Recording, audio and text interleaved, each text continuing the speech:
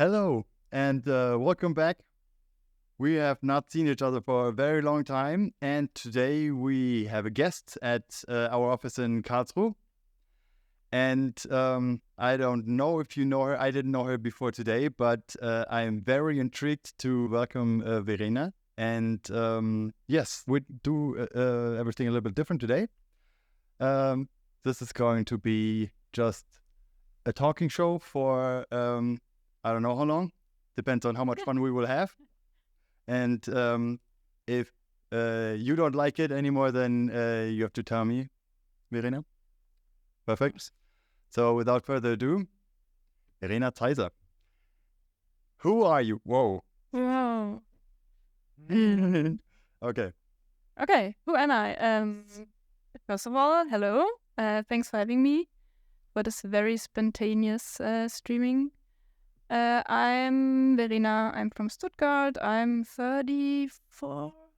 I'm a Flutter developer. I'm a freelancer. I'm doing this for like 4 years now.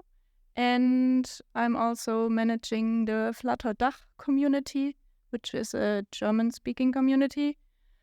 And yeah, I think that's the basic starting point. Sounds very interesting.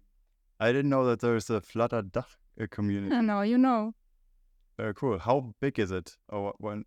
I think we are close to reaching 300 people. Wow. And it's across Germany, Austria, and Switzerland. And we have several, let's not call it meetups, but getting together. And for example, tomorrow there will be a picnic and some were bowling. And normally we meet in a bar and just talk about Flutter and exchange our experiences. So this is happening across Germany in different cities currently. And it's one or two times per month. So it's happening very often and everybody can just join and have a good time. Very nice. So do I have to be a Flutter pro to attend? No. Okay. No, you can also just join and drink beer. Also fine. Sounds good. Okay. I had a little bit of time beforehand and I wrote down a few questions. Okay. And they're not going to be embarrassing. It's just something I came up with. I would like to know about you. So you told us you are from Stuttgart, by the way. Awesome city. Yeah. I also live in Stuttgart. Very nice. Do you have a formal education? You're a Flutter developer? Or? I studied computer science and media at Hochschule der Medien in Stuttgart. And I finished with a master degree. And before that, I was in Reutlingen at the Fachhochschule. And this was Medieninformatik, I think. Yeah, it was called Medieninformatik. So yes, I studied this, but I also, I'm programming for a quite long time. I started very, very early, back in the 90s. Okay. That was quite exceptional for a girl. Because I was 11 and I already made my own websites. I think today it's not that special, but back then it was really special. And then I thought like, why not making this my job? So I'm here now, yeah. Very nice, very nice. So did you start with HTML and CSS or? Yeah. A little bit PHP and then over to ActionScript if somebody knows that. Ooh, yes, I do. Yeah. And in university, we prepared Component Pascal. And we had Eiffel. I don't know if anyone knows this, but that were my first languages. And in school, we had Delphi. Delphi, yeah. Pascal and Delphi. Very nice, yeah. Very old, very nice, yeah. Do you think you can still use some of it today? No. In any language? No. Absolutely, 100% no. Okay. So that's quite an impressive life so far, starting with computer science that early. Yeah, good choice. Yeah, very. Good timing, good choice. And I guess your parents were also on board with you programming that early in your youth? not really. I don't think they had any kind of connection to it. So until today, for them it's just okay. She does something with the computer, but that's it, and that's fine. I get it. It's okay. So yeah, I didn't get the idea from them. It was more like a hobby. I was driven to development by my hobbies. So for example, my first website was a virtual riding stable where you could virtually buy horses, and then you had a little community with people, and everybody had could buy a horse, and we had some virtual money, and then you had to write some reports what you did this day, and this was quite funny, and I had to somehow make this virtually. So I thought, okay, website would do it, and from there it advanced, and then I came across gaming, and then I played a lot of games, and then I jumped into game development, and that was, I think, the real programming first experience, because web HTML is not really like programming. So yeah, you know what I mean. We're just gonna leave it at that. But that was quite a big project for your first hobby program. Yeah, and it took some years. I think I maintained it until I was 18 or... Oh, wow, okay. 16, 18, yeah. And then it just switched with gaming. Then I just changed the sides. What did you start with gaming? Counter-Strike. Oh, okay. But I guess you didn't program anything close to it, right? No, I didn't. I did some jump and runs. I worked on The Inner World, which was a quite famous German game, which is like a 2D point-and-click adventure. But and many small games, but not like a big, really big game, and not like never a shooter. I never programmed a shooter. I don't know why, but it now. Yeah, everyone can do it. Yeah, of course. Yeah, camera problem. Technical issues. Yes. Always. So when you said Inner World, is that the name? The Inner World. The Inner World. What was that written in?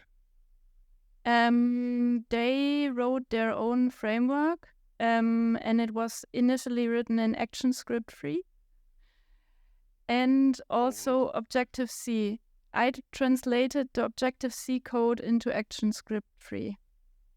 Pure fun. Objective-C. Yeah. That's where my love for Apple grew. Yeah.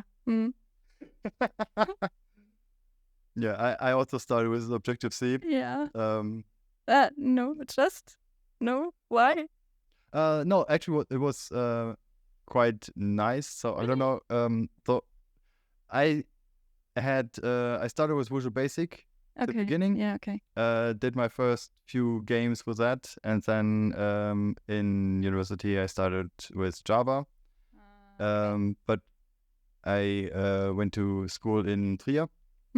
Trier, and they have they started when I went to school there. They started a game design curriculum, and of course the first language is Java, which is the worst language you could use to program games. Yeah. So it ended up pretty abrupt, and then I switched over to Objective-C or to iOS development because I wanted to have the games in my hand and not just on a computer. Yeah. But what kind of games? I actually released 2 games in the App Store Nice. with a friend of mine together. So one, I don't know if you know the old game, was it Game & Watch? It's a pre-Nintendo Game Boy consoles where you only have certain...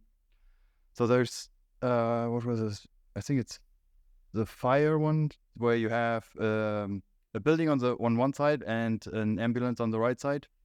And you have to rescue the people who jump out of the burning building, and you have a trampoline underneath it, and you have 3 or 4 different.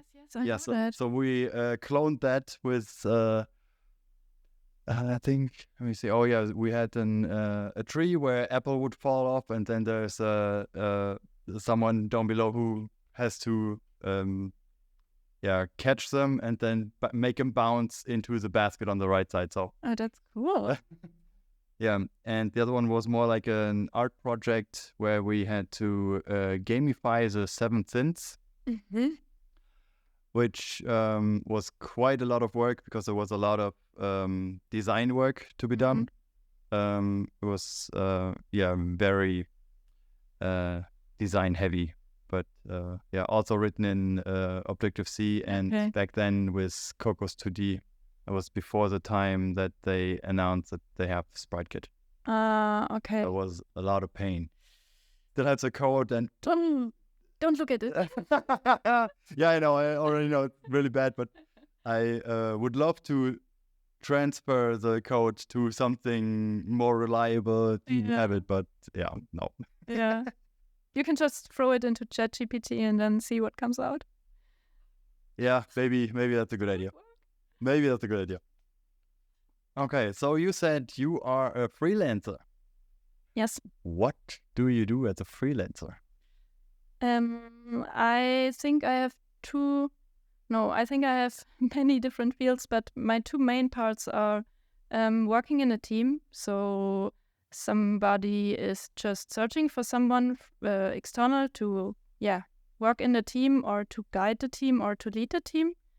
That's one thing, and the other thing is just building apps on my own, releasing them, maintaining them, testing them, getting the requirements, making the concept, even design sometimes, so like giving the whole thing. And I think that's the 2 main basic things I'm doing. Apart from that, I'm also, of course, like I think every app developer, I'm trying to get my own app out. But yeah, it's a journey, right? Of course. I also wrote a book, which was published last week. You wrote 2 books, didn't you? Yeah, well, the first was my bachelor thesis, which was just published as a book. Okay. And the second one is like a real book. So I think I wouldn't count the first one as a real book. I just looked on Amazon and it told me you have 2 books. Yeah, so... I saw that too, and I was like, oh, right. Right, that's some years ago. Yeah. So what's the book about you wrote this? So this came out on the 7th of June, right? So just in the beginning of this month. Okay. Yeah. So what is it about? It's about Flutter, obviously. So it's from the very famous publisher called Wiley. They do this for dummies, like you can see all their books, like Cooking for Dummies, like Java for Dummies, like basically everything. And me and a friend of mine, we together published Flutter für Dummies, which is German. There is an English version, but it's not from us. And it's basically for somebody who is a little bit experienced with programming, but hasn't programmed using Flutter yet. So it's, the beginning, I would say.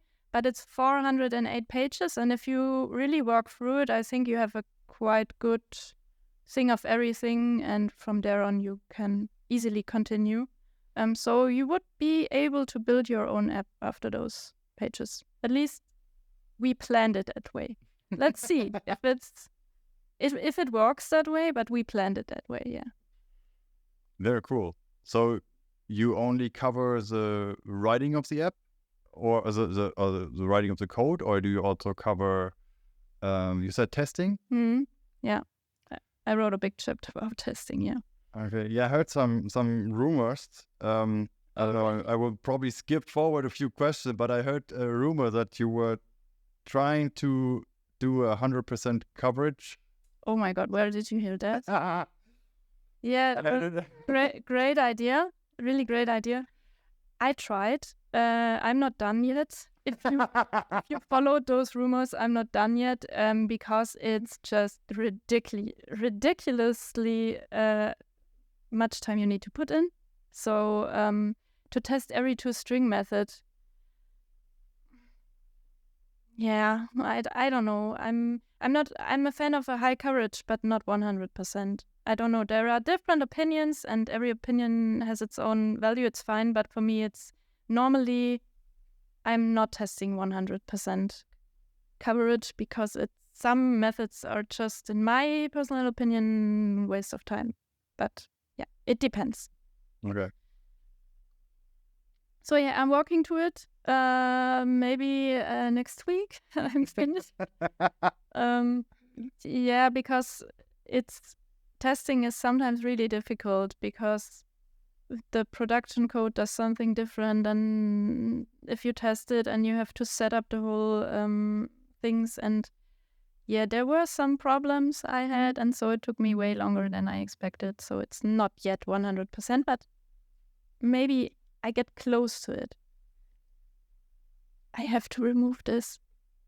Wherever you heard the rumor, I have to remove this.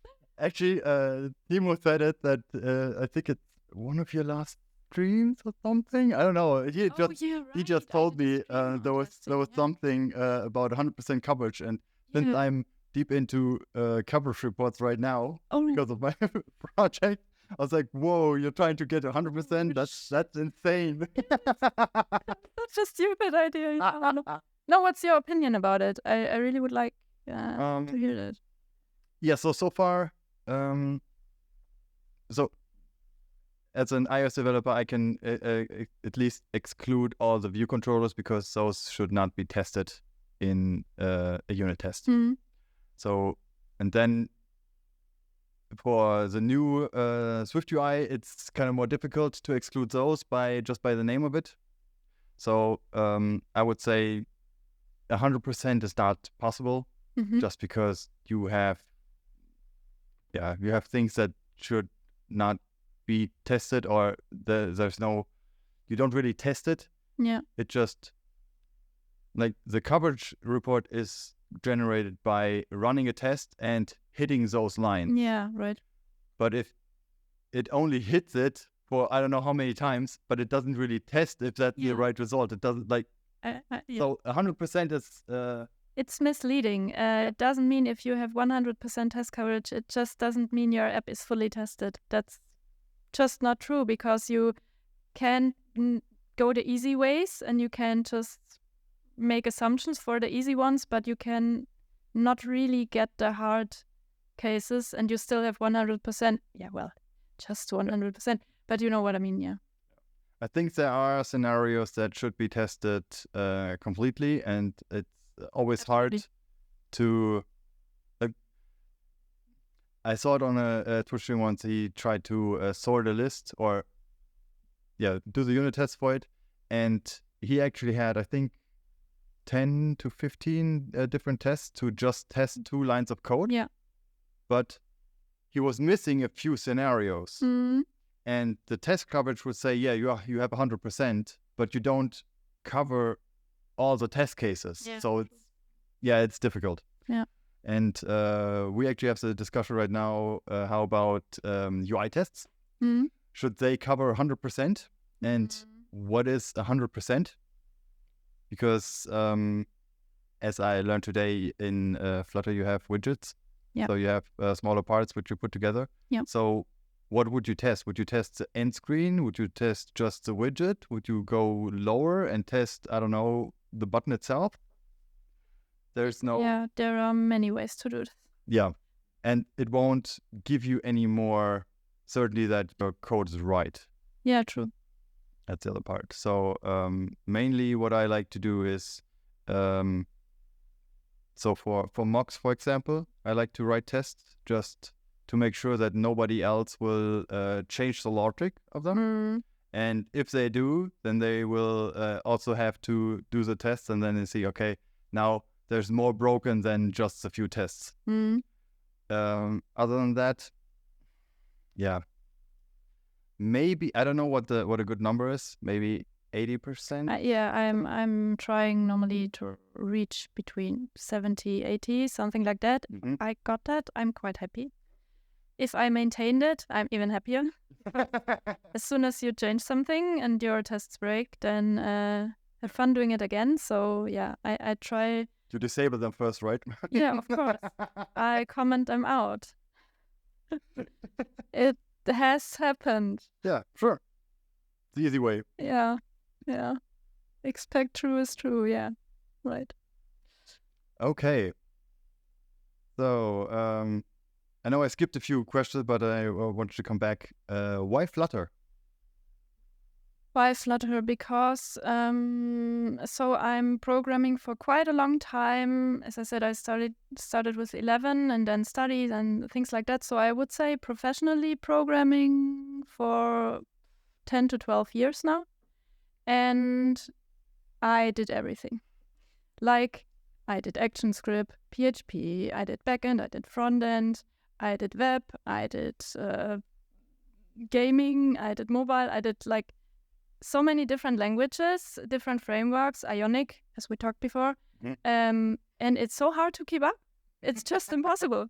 You can't keep up with everything. And I was really looking forward to something where I can specialize on because I felt like I don't know anything. So imposter was hitting me really, really hard.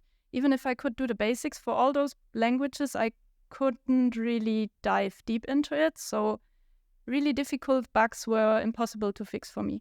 And that's where I really had the feeling I need something where I really would like to specialize on. And then I went on a meetup like 5 years ago, I don't know.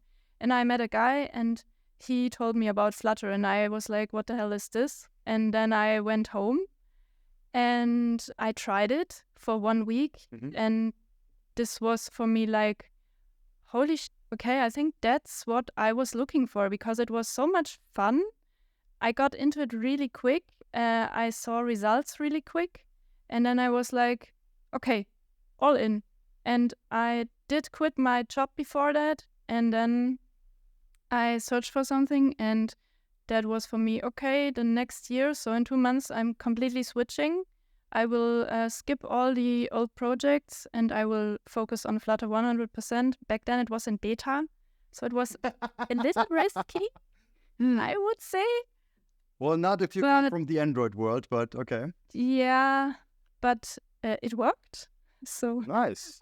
I was lucky. It worked, and since I was really early, I had a quite good experience and I was considered a senior really soon, and that was best case scenario for me because there weren't many seniors around, so for me it was really easy to jump into projects and to guide people, and that so it I don't know if by accident, but it turned out pretty well.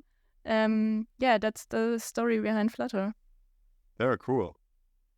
Well, then my next question doesn't really make sense because I thought, well, if not Flutter, then what else? What other technology would you look forward to or something? But it looks like your heart is beating for Flutter. So I tried to keep up with all the fancy new things, but at the moment I'm just like this. I'm going 100% Flutter, and I didn't regret it, but I know there will be the time where I need to look left and right to be an early adopter.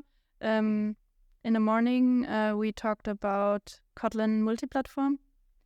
So that would be something I would look into, but I would stay in the mobile cross-platform world for now, I think, because that's the most fun for me. I would not go back to web.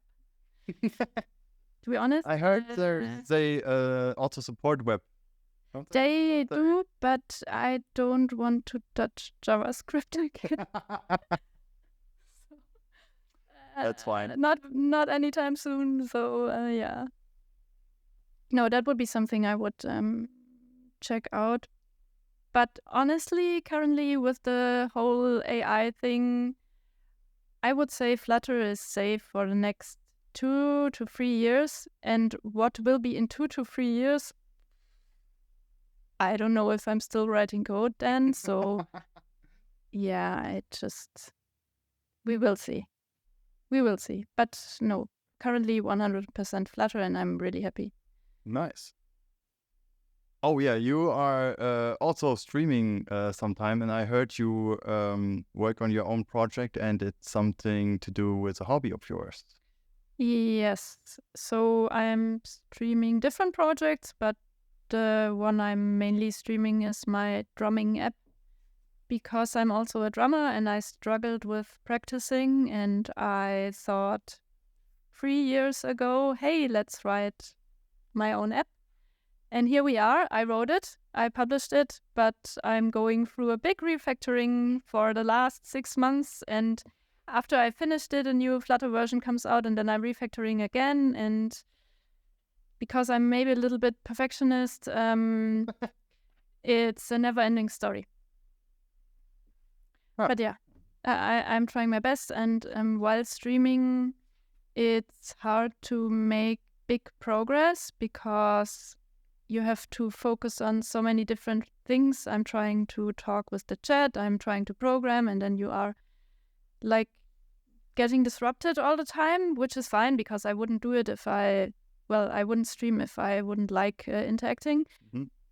But it doesn't, make big progress then. So yeah, maybe soon I will release the new version, maybe not. We will see. Okay. You talked about refactoring with a new Flutter version. How much, how Yeah. final are the versions you're working on right now for as of Flutter? Do you have to when there's a new version coming out? Do you have a lot of stuff you have to refactor just because it doesn't work, or because you want to have it in the new API? Depends. The last version, like the 3. What are we on currently? 3.10, I think. The last version was quite easy to refactor, even if there was a big Dart update, like it jumped from Dart 2 to Dart 3, which introduced many, many new features. I was like, okay, I'm planning a day per project for this because the last big Flutter update was really a pain because they introduced null safety. And this was something where you completely had to go through your code and, make it null safe. And the last update wasn't that problematic. I just hit upgrade, Flutter upgrade, and that was it. There were 2 or 3 lines I had to change, but everything else worked. I had some troubles with dependencies as usual, but everything else was fine. I was surprised because I planned the whole day and I was finished up in 5 minutes. Could be worse, but yeah, it was really easy. I think they went through big changes, and the big changes, they were really important. Mhm. But now it's in a super stable version, I would call it. There are always bugs, but yeah, we know it. There are always bugs. But currently it's in a really stable version, and they really try to not break things. And that's because so many people adopted Flutter and it's quite popular at the moment. They try to not have such a refactoring thing again. And to answer the other question, why refactoring? The problem is if you work with Flutter or any other language every day, you learn so many new things. And then I look at my code, which is 2 weeks old, and I'm like, oh shit, we can do this better. And then I just start doing it better. And because it's my private project, I can do it. I would not do this it depends, but normally I don't do this in customer projects. But for my private projects, it's my passion project. I would like to have the best code possible. I would like to try new things. I'm just throwing features out, getting new features in, stuff like that. I can do that because no one pays me for it. If it breaks, okay, it breaks. It's not that, it's okay. So I use this as a playground. And that's why I refactor all the time, because I love refactoring. I don't know, I just love it. Very cool. Yeah. Same for me. Private projects, they're never done. Yeah. I hope to release one. I think it's normal. Well, Timo, or Dragon Dust, he's actually pretty good in releasing versions or apps. Respect. Yeah. Respect, really. Respect. We all know, everybody says, hey, you have to get it out really early. You have to get the feedback, stuff like that. I know. I know it, but I just don't do it because it's not perfect, and I can do this better, and I would like to try that. And yeah, I think most of us struggle with that problem. Yeah. So this is about code refactoring. How about the UI stuff? You said you do some design. So are you? Yeah. Do you think you're good at it, or do you see the problems in the UI, or I don't know? I think I see the problems, definitely. I think I see them. I think I'm quite good in complaining about bad UI. And which also helps because some people don't even see that there could be a problem for other people.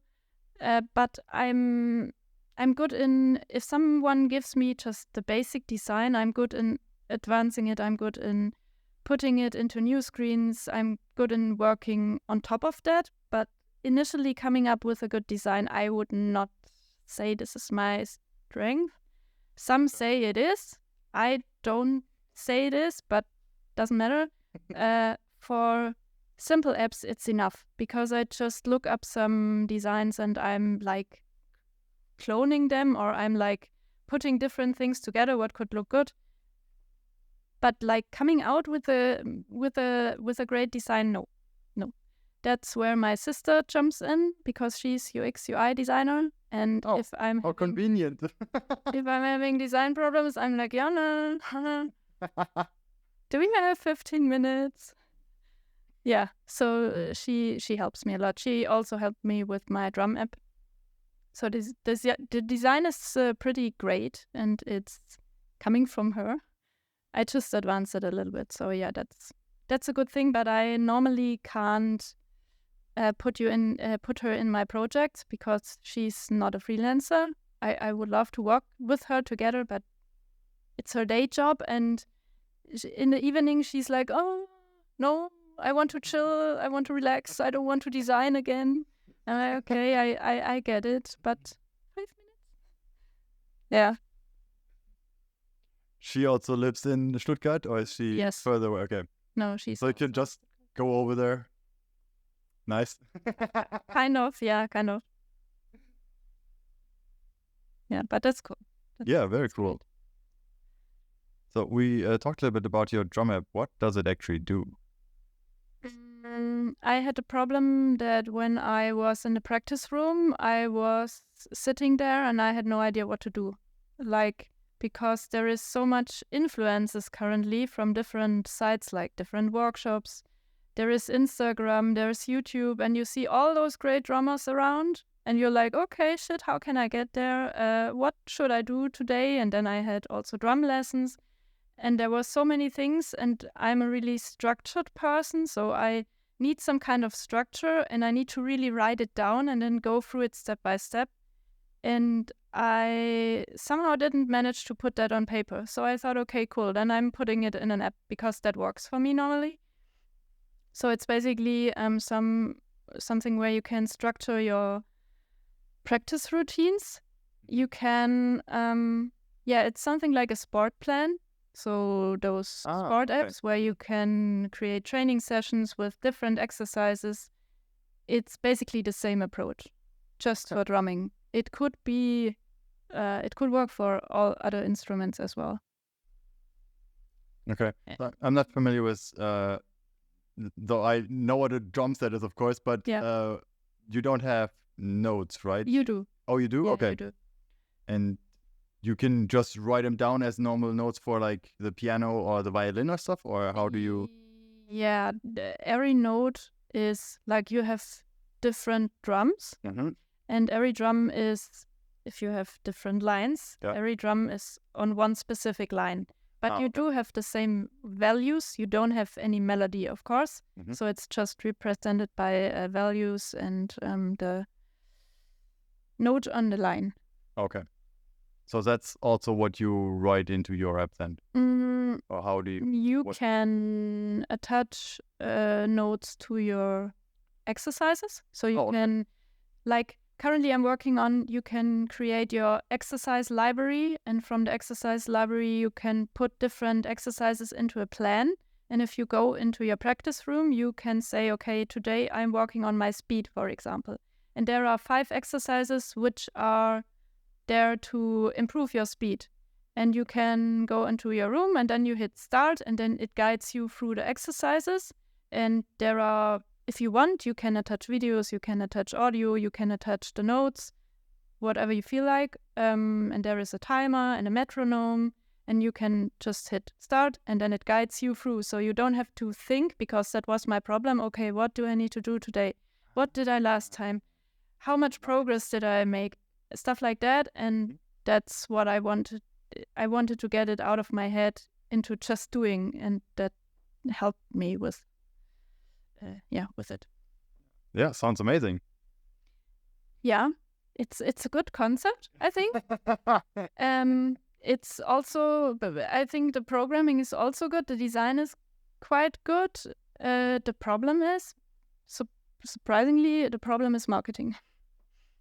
Oh. Because you just don't publish your app and then everybody is like, oh, cool, there's a new app. Because there are millions of apps published every day. You have to get it out through marketing. And that's exhausting if you don't know what you do. Because it's a skill. Marketing is just a skill as programming. You have to know what to do. You have to find the right people. You have to get the feedback. You have to put it out on different channels. All the stuff. And this is really hard work. And I prefer programming. That's why I just refactor it all the time. I'm having a new version. I'm just starting the next refactoring instead of marketing. So yeah, that's not gonna work. So it is released then? It is released. It is released, okay. Yeah, nice. It's released. And it's available for iOS and Android? Yes. That's Flutter. Thanks to Flutter, that was easy. Nice. Yeah. So and you're sure it looks good on Android and on iOS? Yeah, I'm pretty sure. Yeah. All right. I would say. It depends, because iOS people tend to... Yes. iOS people tend to have a different opinion, but I think it's good. But we can go through it later, and then you can tell me, that's shit. You need to change it to the special iOS dialog and things like that. We can talk about it. Okay. Yeah. Let's see. But it sounds really interesting. I think it's always, I think that's a very awesome thing about programmers. You might have a disadvantage somewhere, but then you find a solution for it and you can do it yourself. Yeah. Of course, all the business part, just not for us.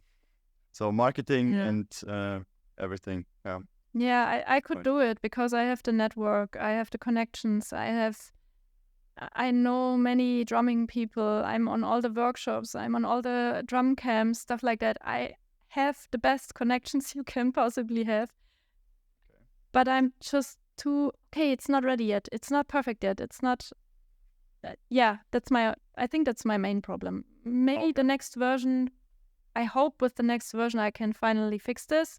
But I told this for 3 years now.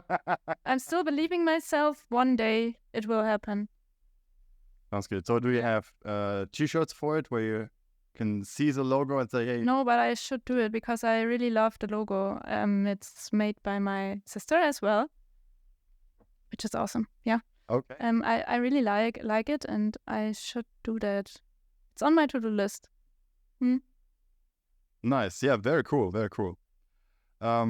Actually, that's about it. All I have more than what I bargained for. So I wasn't expecting this nice talk, actually. Thought I got a lot more. I know, well, I had a few questions and I was like, okay, we can do this. But this was awesome. Thank you very much. This was very, very cool. Thanks for having me. I had a lot of fun. So now we could ask the audience if they have some questions, but I'm not sure if the people downstairs, the only watchers, do have some questions. Did you also try out to create an app for the other platform, Windows, Mac, and web? I did. I do have a Windows app in production for a customer, and it works perfectly fine. It's way better than I expected. there are some issues, of course, but mainly it handles really, really big sets of data. Like we're talking about 100,000 sets of data in a table, and it's super smooth. It is really fast, and it's fun to work with. And the same app also is used as a Mac version, and that's working also perfectly fine. I do have another Mac app in production, also working perfectly fine, which handles a connection of 500 to 2,000 WebSocket connections, also working fine. I tried web the last, it's 2 years ago when I tried web, and back then it wasn't really good.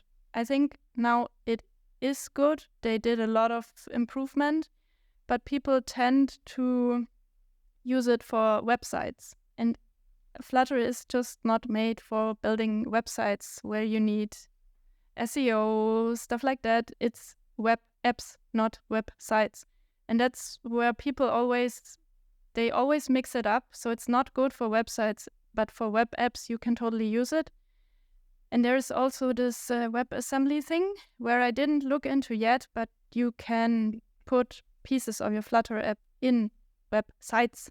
And I think that's really great. So yeah, I basically tried all the platforms. I didn't try Linux, but Windows, Mac, web, Android, iOS. I did. Everything is in production. Everything works fine. So I can totally recommend it for desktop. Nice. I have a follow-up question to that one. Yeah. So if you build your app, or you normally have, I don't know, an iPhone or an Android phone where you use it, where you see it, or do you use some kind of simulator for it? Both. I do have a whole a bunch of things. So okay. MacBook, Windows laptop, gaming PC, so all the platforms are covered. I do have multiple Android devices. Simulator works also fine. I do have an old iPhone 6S, which is really old. The rest I'm testing in simulator, but works so fine so far. Okay, but so as I understand it, you build the base and then it will be compiled to the platform independent stuff. Yeah. So you might have issues on just one platform, right? Maybe, I don't know. You have to test every platform for this, or? Yeah, you should. Okay. You should. You always should. Yeah. Okay. Of course, because every operating system behaves in a different way. Sometimes they have different requirements when it comes to permissions. They have different requirements for file systems, for whatever. So yeah, you should definitely test it for all the different platforms. Okay. Nice. But building is pretty easy, even if you use, I'm normally using continuous deployment. So I'm just throwing my code in and I'm telling it, give me Android, iOS, web, Mac, Windows, just build it. And then it builds all the things for me. You can even publish directly to Android and to Play Store and to App Store. For Windows, it was a little bit uncomfortable. But it works now. There is a special tool for it, which you can use to also sign your builds and have automatic updates and stuff like that. So that's also working. For Mac, I'm not sure yet. I haven't published in the App Store for Mac yet. I'm not sure if I'm willing to do that, but not yet. And web is, easy. So, yeah. Very nice. So, as you talked about continuous development, did you do any of the work there, or did you have someone who could set all this up? I did all the work. You did all the work? Yeah. Nice. Very cool. So we might have to have you on for that one again. It depends. You can do both. Like in the chat described, there is Code Magic. Which does an awesome job. It's really easy to set everything up, and once it runs, you just hit one button. Done. There is also App Circle, which is like the it's basically the same. and they also have like a customer store. So I have a few apps which I don't want to publish in Play Store because it's a small customer. They don't need Play Store and they don't want to have Play Store on their phones. So they have like a customer store where you can, from continuous deployment, you can directly publish the build to this customer store, and then they can just get it through a QR code. So that's pretty cool. So I'm using both. AppCircle doesn't have Windows and Mac builds. They only have Android and iOS. CodeMagic has everything as far as I know, at least Windows. I tried that. But yeah, I'm using both because they are both great. And I didn't want to move some things around. Nice. Very cool. So we also have a question. How do you see React Native as cross-platform comparison to Flutter? So a background story. I don't know, 5 years ago, 6 years ago, something like that. I was working in a company and I programmed an app which was first programmed in Ionic 1, so AngularJS. Then we moved over to Ionic 2, so Angular 2. And then they told me to write it in Android native again. So I wrote this quite complex, quite big app 3 times in different languages. And then they were like, oh shit, React is the new shit. We should switch. And I was like, no, guys, sorry, I'm out. I just learned Ionic 1, Ionic 2, Android native, which is great. But then I had to learn React Native. And I just looked at it for 2 weeks and I was like, no, I don't like it. And then they onboarded a whole team and I somehow was the lead of the team, but I was moved out of programming, which was fine because I didn't want to work with React Native. It just didn't catch me and it was web again. And I just switched to Android native and then they pulled me back to web and I was like, no, I'm out. So it has some, in some parts it's really similar, in some parts it's really different.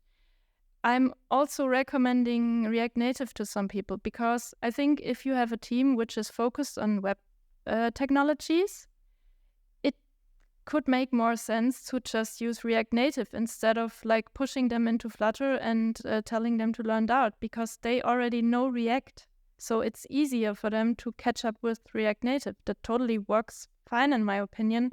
You should not, maybe you should not need to switch.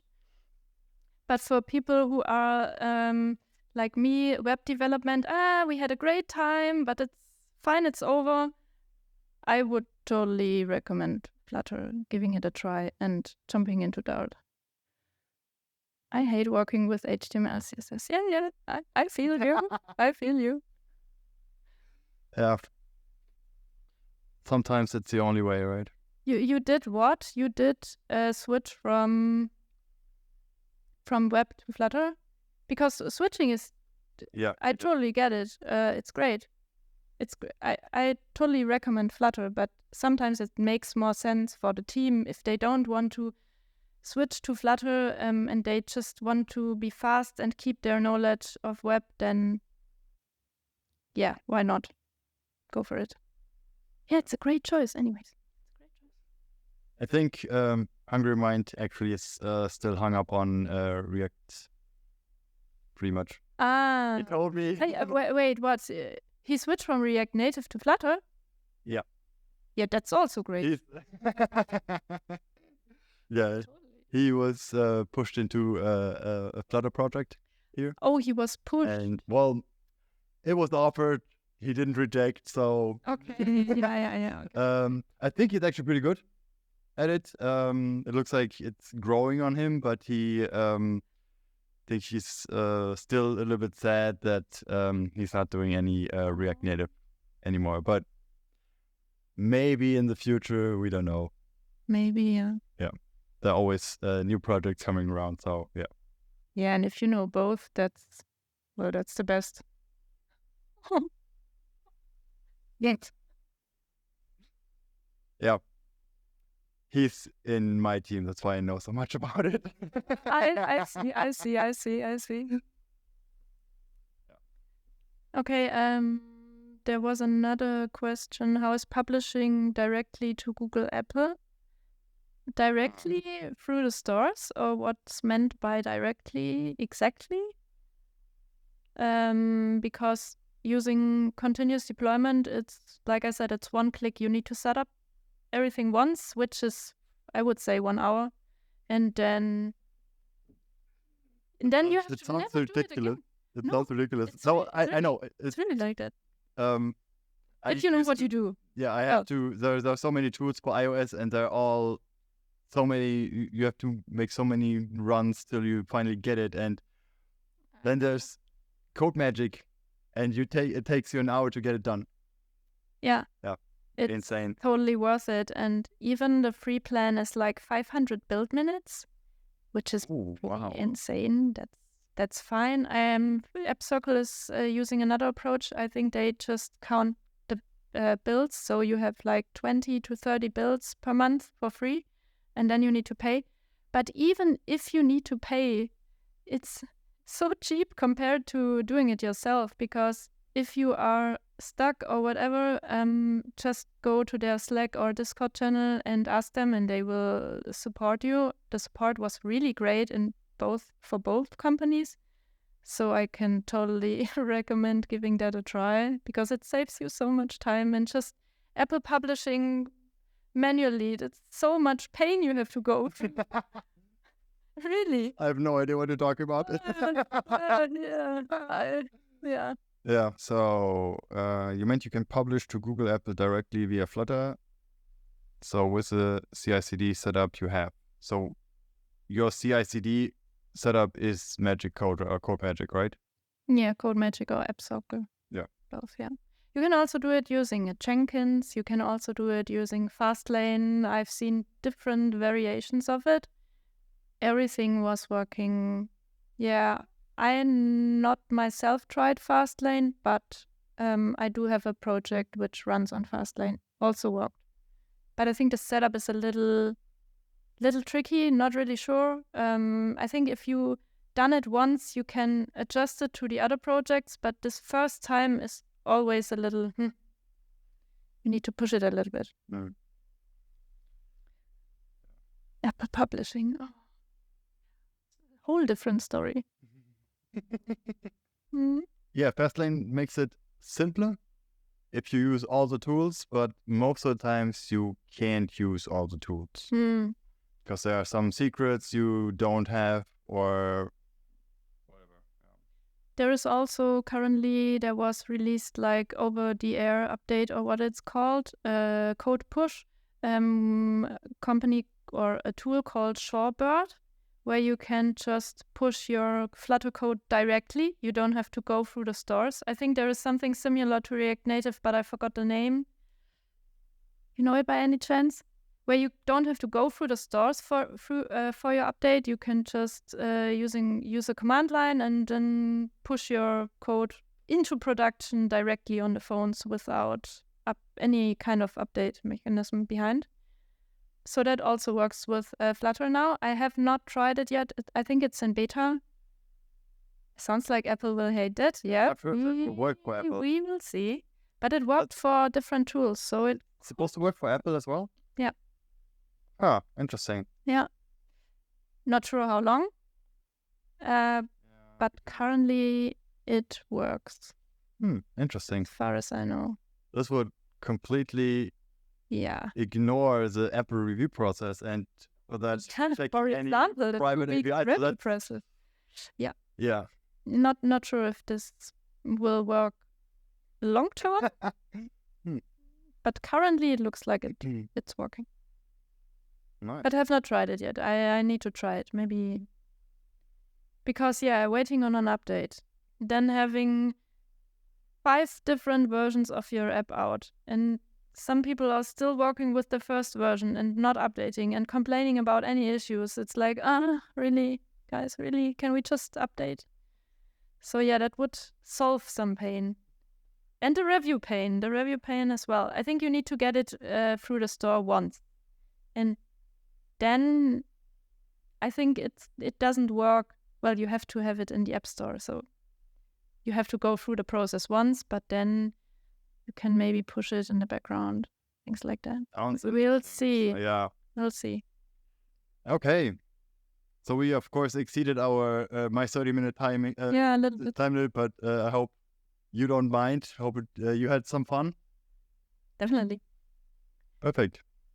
And with that, I would say this is a wrap. I had a lot of fun, and thank you, Verena, for coming by and also agreeing to be on the stream. Yeah, you're welcome. Thank you very much. And for all you out there, have a great day. Goodbye. Ciao.